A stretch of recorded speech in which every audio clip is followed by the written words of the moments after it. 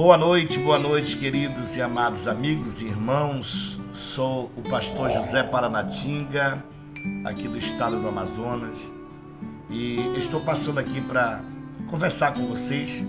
Talvez esse seja o vídeo mais difícil da minha vida que vou gravar.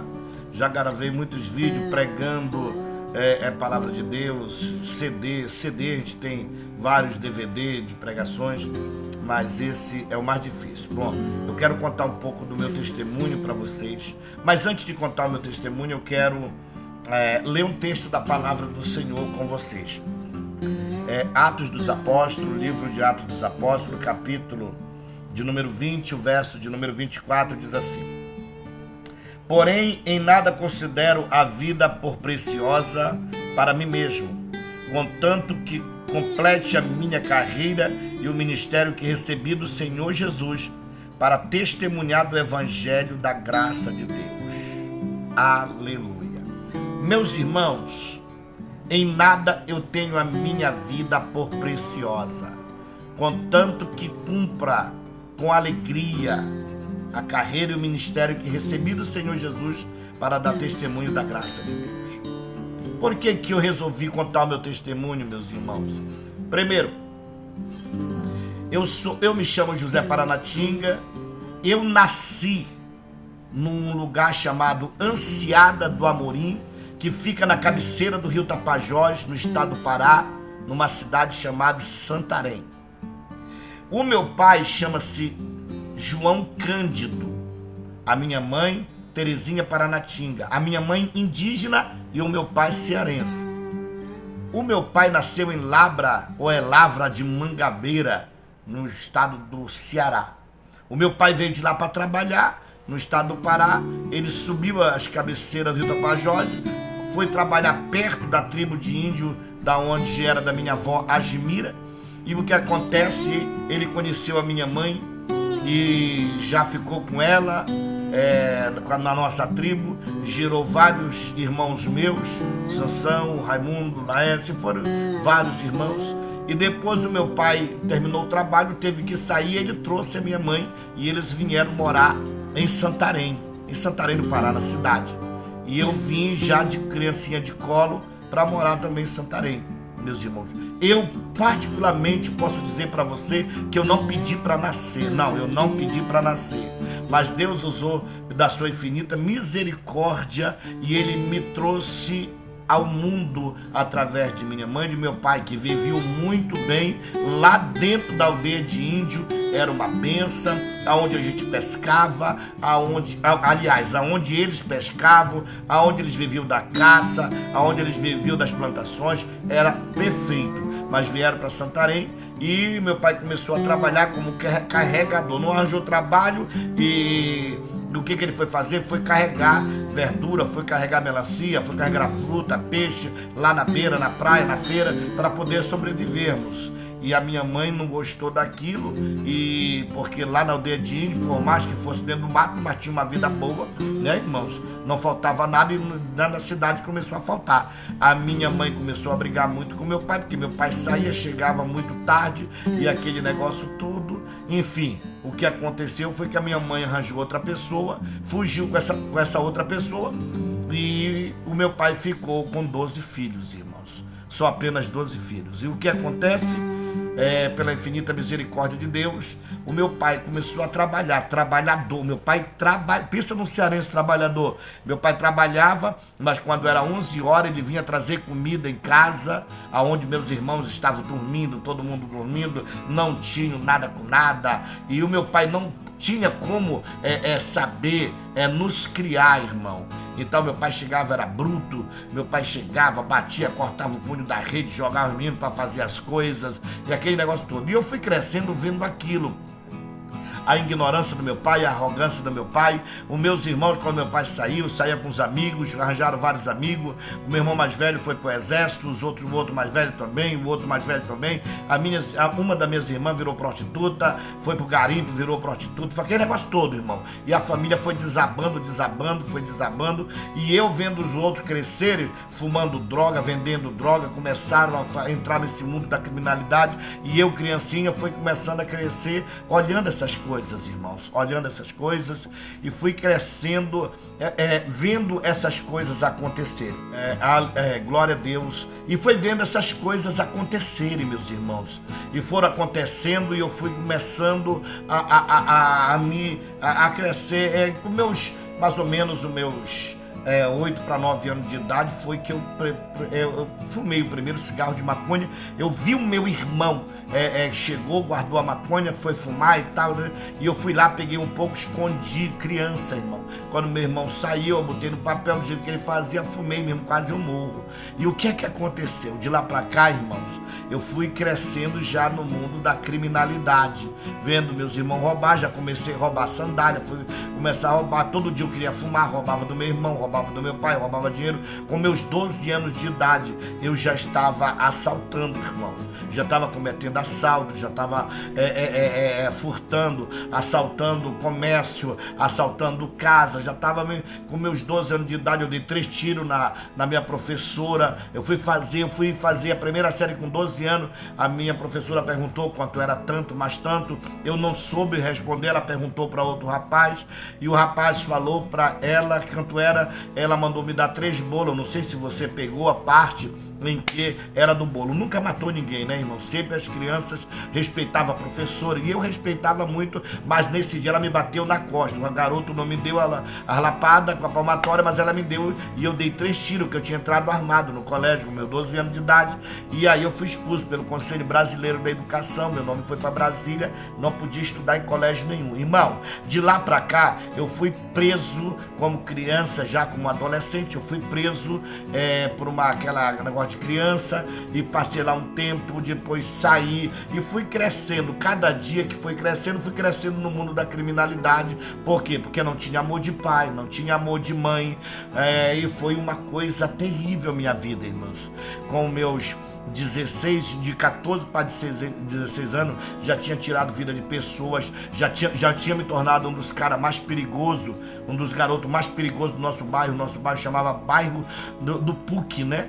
Ali em Santarém. E eu me tornei um dos camaradas mais perigosos daquele bairro. Todo mundo tinha medo de mim, até a polícia colocou o meu vulgo Zé Neguinho da Morte. Começou como Zé Neguinho da Tatuagem, né? Por causa de algumas tatuagens no corpo e tal, e depois foi gerando, por causa que eu tirei vida de pessoas, começaram a me chamar de Zé Neguinho da Morte, cabelo grandão, e eu era endemoniado, irmãos, endemoniado mesmo. Eu não me alegro, irmão, e não acho bonito o que eu fiz, mas eu estou contando isso daqui para você que talvez esteja aí entrando no mundo da criminalidade, querendo entrar agora para este mundo de cheirar pó, fumar maconha, beber cachaça, beber cerveja, beber uísque, e você acha isso bonito?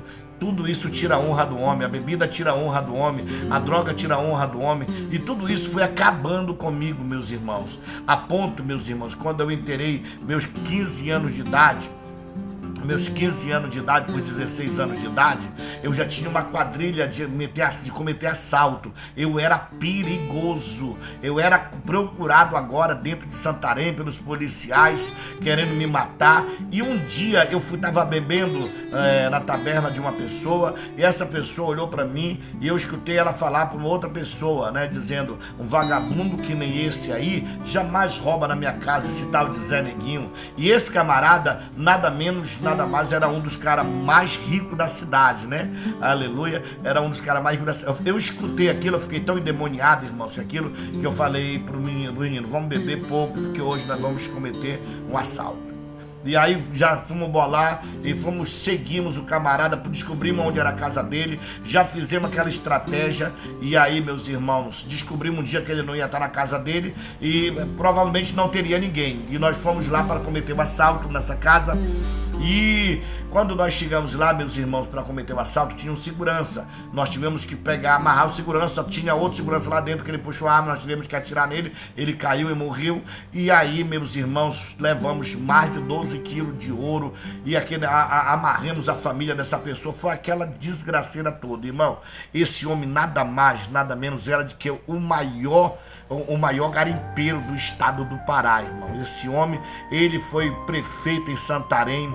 Esse homem tinha muito jagunço, capanga que andava com ele, que matava a pessoa. Naquela época, nem a polícia quase mandava nessa área, né? Então, essa pessoa já descobriu que foi eu, porque falaram que pra ele tinha sido eu. Esse camarada botou a polícia militar, a polícia civil, botou... Mano, era tanta da polícia, era tanto do capanga dentro daquela cidade me procurando. Irmãos, era onde nós nos encontrávamos, era tiroteio com a polícia, era tiroteio com os capangas, foi uma coisa de louco, irmão. E aí, enfim, eu sei que não conseguiram nos pegar. O que eles fizeram, irmão? Tinha um rapaz que morava conosco, que se dizia ser da nossa família, que foi criado pelo meu pai. O nome dele Cacheado, o apelido dele era Cacheado. Para não falar o nome dele aqui, o nome dele era Cacheado. Cacheado. O nome desse rapaz era Cacheado. Ele morava conosco, meu pai tratava ele como um filho, irmãos. Como um filho. E esse camarada, alguém falou para esse garimpeiro, dizendo para ele: olha, eu conheço um rapaz que mora dentro da casa desse rapaz que te assaltou. Ele é bandido também e ele pode fazer... Meus irmãos, eu só sei que era tanta da gente atrás de nós que eu resolvi me esconder na casa de uma mulher chamada Dona Nésia. Essa mulher era que nem uma mãe para mim. Depois que a minha mãe foi embora, foi ela, bem dizer, que nos criou. Essa mãe eu respeitava demais. E nós se escondemos debaixo do porão da casa da minha mãe, todo mundo armado, e ficamos lá, irmãos. Ela tinha muito dinheiro, nós tínhamos assaltado, aquele negócio todo. Quando entrou uns 6 dias, eu não aguentei, eu tive que sair. E eu saí debaixo do porão e fui, vontade de beber, e fui beber. Fui chamar meu irmão, beber. Irmão, quando nós chegamos lá no canto, irmão, tava todo mundo lá, dos meus amigos, inclusive esse Cacheado, tava lá, diz: ah, papai tá te procurando, mentira e tal, aquele negócio todo. E aí vai e vem. Eu tinha um amigo que andava comigo chamado Baco. Baco era irmão daquele garoto, do bebê mais gordo que existiu no Brasil, chamado Verediano. Não sei se vocês ouviram falar. Pois bem, esse rapaz, ele dava vida por mim. E nesse dia, irmãos, eu deixei arma, deixei tudo, só fomos beber e de lá nós já ia voltar. Irmãos, começamos a beber 1, 2, 3, fumar, cheirar. E aí o Baco disse: eu quero ir na minha casa, vamos lá na minha casa. Eu falei: rapaz, não dá certo. Aí eu vi o camarada cochichando com o outro. Um saiu e esse rapaz, chamado Cacheado, ele disse: rapaz, é o seguinte... vamos beber mais um e tal. Ficou enrolando por ali, nós bebemos. E eu falei: não, voltamos, tá bom, eu vou te deixar. Eu falei pro Baco: vou te deixar na tua casa, e aí eu vou voltar e vou ficar em casa e depois de conversa. Fui deixar aí na casa dele. Quando eu fui por lá, eles foram por aqui, nos cercaram, irmãos. Eles nos cercaram, meus amigos, e nos pegaram na entrada da casa do rapaz, armado até o dente. Já foram atirando na gente, já pegaram a gente, jogaram dentro de um carro, levaram a gente para um lugar chamado Torquato. É um lugar onde tinha um matadouro de boi, onde era água, praia, era perto da beira do rio, e levaram pra gente lá pra gente confessar onde estava o ouro e aquele negócio todo, e ver aquele monte de bandido também. E começaram a espancar a gente, irmão. Foi a primeira vez que eu dei entrada no Varadouro, irmão. Pensa no sofrimento. Pensa no sofrimento. Aquele que causava sofrimento, agora está sofrendo. E naquele momento, irmãos, de ver os camaradas quase matando meu parceiro, os meus parceiros, nós éramos 4, quase matando meus parceiros, quase me matando. Irmãos, eu só sei dizer que chegou um momento que eles fizeram nós fumar uma caixa de pasta de cocaína. Nós ficamos muito doidos, fumamos obrigado mesmo, porque tinha que fumar, porque eles queriam nos matar e nós não sentimos dor. E o que acontece? Eu escutei um deles dizendo: nós vamos matar eles. O que acontece? Começamos agora, bora, levanta, começa a caminhar aí. Começamos a caminhar, a água estava dando pela canela, e foi dando, começou a andar bem no tórax, e aí eu escutei uma voz dizendo: pula. Aí eu olhei para os meninos e falei: vocês estão mandando eu pular? Aí o Baco olhou para mim e disse assim: é a primeira vez que eu te vejo com medo de morrer, rapaz. Eu nunca te vi com medo de morrer. Tu é um cara que sempre tá de cabeça erguida, tu é um camarada que não tá nem pra nada, mas tu tá com medo de morrer. Falei: não, eu ouvi um de vocês falar para nós pular. Pois bem, então tá. Começamos a andar dentro da água, e de repente, mais uma vez, eu ouvi a voz dizendo: pula. E eu falei: meu irmão, tu não falou pula? Ele disse: não. Eu falei: não, camarada, eu não falei nada disso não. Eu falei: então já sei, se eu ouvir de novo, eu vou dizer já, e cada um pula para um lado, aquele que se salvar conta a história. Irmão, foi dito e feito. Quando chegou lá na frente, irmão, eu ouvi de novo a voz dizer pula. Eu olhei para ele e disse, vamos pular. E aí quando o cara disse, o que é? Quando eu disse o que é, nós pulamos. Eu nasci na beira do rio, irmão, acostumado a nadar. Eu pulei, já fui me arrastando por debaixo da água. Acertaram um tiro na minha perna, irmãos, na minha perna. Acertaram um tiro na minha perna, que na hora que a minha perna esticou, o tiro entrou de baixo para cima, que varou na minha coxa, espocando. Irmãos, eu confesso para vocês que antes de levar esse tiro eu perguntava, aonde está a minha mãe? Aonde está o meu pai? Aonde estão os meus amigos que dizia para mim que no momento da dor, da tristeza, no momento da luta, do tiro, no momento da troca de tiro, ninguém ia me deixar. Naquele dia todo mundo me deixaram, irmãos. Todo dia. E eu gritava, onde está meu pai? Onde é que está minha mãe? A minha mãe que abandonou o meu pai. Glória a Deus. Glória a Deus. Naquela situação lá, vendo todos nós sendo espancados, eu gritava dentro de mim dizendo, cadê meus amigos que bebia comigo quando eu estava armado, andava comigo? Agora eu preciso de alguém, não tem ninguém. Não tenho pai, não tenho mãe, eu vou morrer aqui como se fosse uma pessoa, um bicho. Irmãos, eu nadei, eu varei lá na frente, só escutei tiro para trás. Mataram todos os meus parceiros, irmãos. Mataram todos os meus parceiros. Aleluia. Glória a Deus. Mataram todos os meus amigos. E eu consegui escapar. Varei no rio e nadei. Desde eu nadar para a banda da beira, eu nadei para fora, irmãos. Nadei, eu tive que voltar. Eu voltando, nadando, irmãos. Quando eu cheguei perto de um barco, eu vi um barco e eu atraquei naquele barco, irmãos. Eu atraquei. Quando eu atraquei no barco, que balançou o barco, o dono do barco saiu com uma garrucha e meteu na minha cara para me atirar. Eu falei, pelo amor de Deus, não me atire. Moço, não me atire. Eu tô fugindo de uns bandidos que me levaram aqui para dentro do mato para me matar. Aí uma menina saiu e disse, papai, eu escutei um monte de tiro ali para dentro. O rapaz me puxou e disse, tu tá atirado? Eu falei, eu acho que tô. Quando ele olhou na minha perna, ele viu 2 buracos, um na parte da minha canela, da batata da minha perna, e outro aqui na minha coxa. Até hoje eu tenho a marca e eu vou mostrar para vocês verem aqui, ó. Olha aqui, ó. Isso aqui é o lugar da bala. A bala saiu aqui, ela entrou aqui, ó. Ela entrou aqui, a bala, quando a minha perna curvou. Meus irmãos, aquele moço olhou para mim e disse, eu vou te levar lá na beira. Ligou o barco e foi me levar lá na beira, irmãos. Quando eu cheguei na beira, me colocaram dentro de um carro e eu fui bater em casa. Já estava amanhecendo o dia. Bati na porta da minha mãe de criação. E aí ela saiu, perguntando quem é. Eu falei, sou eu. Ela disse, essa hora é hora de vagabundo chegar em casa. Porque é assim, irmãos, deixa eu explicar para vocês. Muitas vezes a mãe da gente, mesmo que seja de criação ou mãe verdadeira, ela não entende o agir de Deus, como uma mãe deve agir. A mulher sábia, ela edifica a sua casa, ela não bate no filho, ela aconselha o filho, ela ama o filho, ela protege o filho. A minha mãe era daquelas brutas, minha mãe de criação, ela disse, vagabundo, eu não sei o que e tal, começou a brigar comigo. Aí eu falei, mãe, abre a porta, eu tô atirado. A mulher desmaiou lá pra dentro, meu irmão de criação abriu a porta, eu entrei. Meu irmão disse, vamos levar ele no médico. Eu falei, não me leve não. Tá a polícia atrás de mim, a polícia militar, a polícia civil, tá a polícia federal, tá um monte de capanga do Virlândia, querem todo mundo me matar, mataram os meninos todinho. Como é que é? Mataram os meninos todinho. E aí, mano, se reuniram aquele monte de gente. Eu comandava uma galera, porque naquela época era o tempo das galeras, não sei se você, as galeras da calça frouxa, né, dos calça frouxa. Irmão, comandava uma galera de quase 120 machos. Foram chamar tudinho e fomos lá, irmão. Achamos os 3 corpos dos meninos que morreram, irmão, no meu lugar. E eu escapei para a glória de Deus, irmão.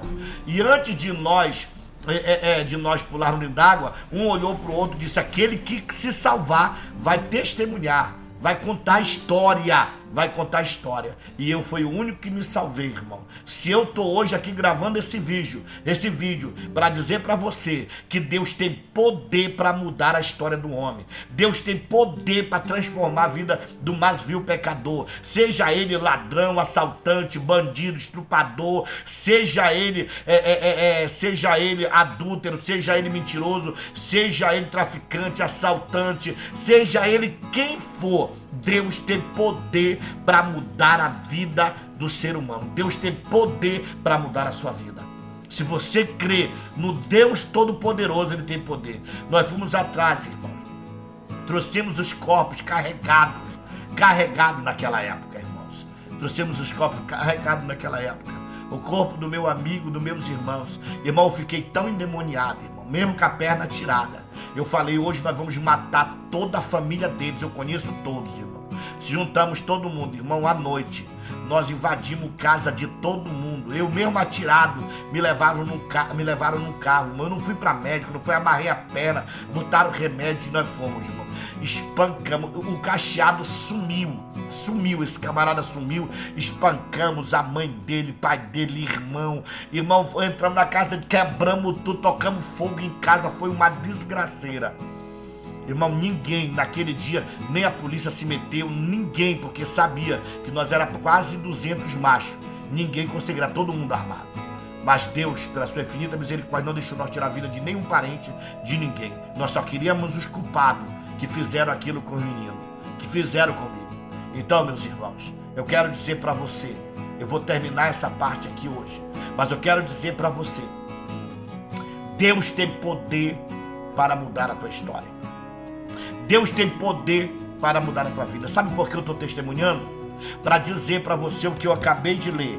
Porém, em nada considero a minha vida por preciosa para mim mesmo, contanto que complete a minha carreira e o ministério que recebi do Senhor Jesus para testemunhar do Evangelho da graça de Deus.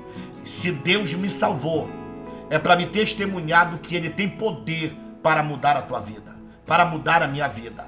Eu era magro, seco, drogado, acabado, lascado, mas Deus mudou a minha vida.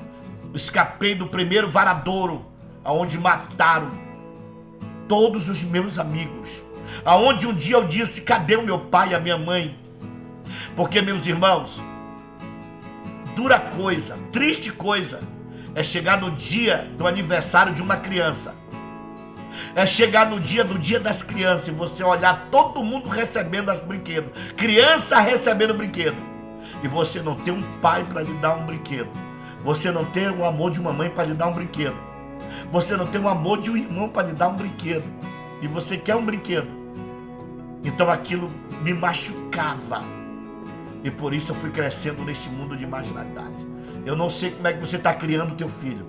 Eu não sei se você está amando o teu filho. Mas eu quero lhe dizer a partir de hoje, em nada tenha a tua vida por preciosa.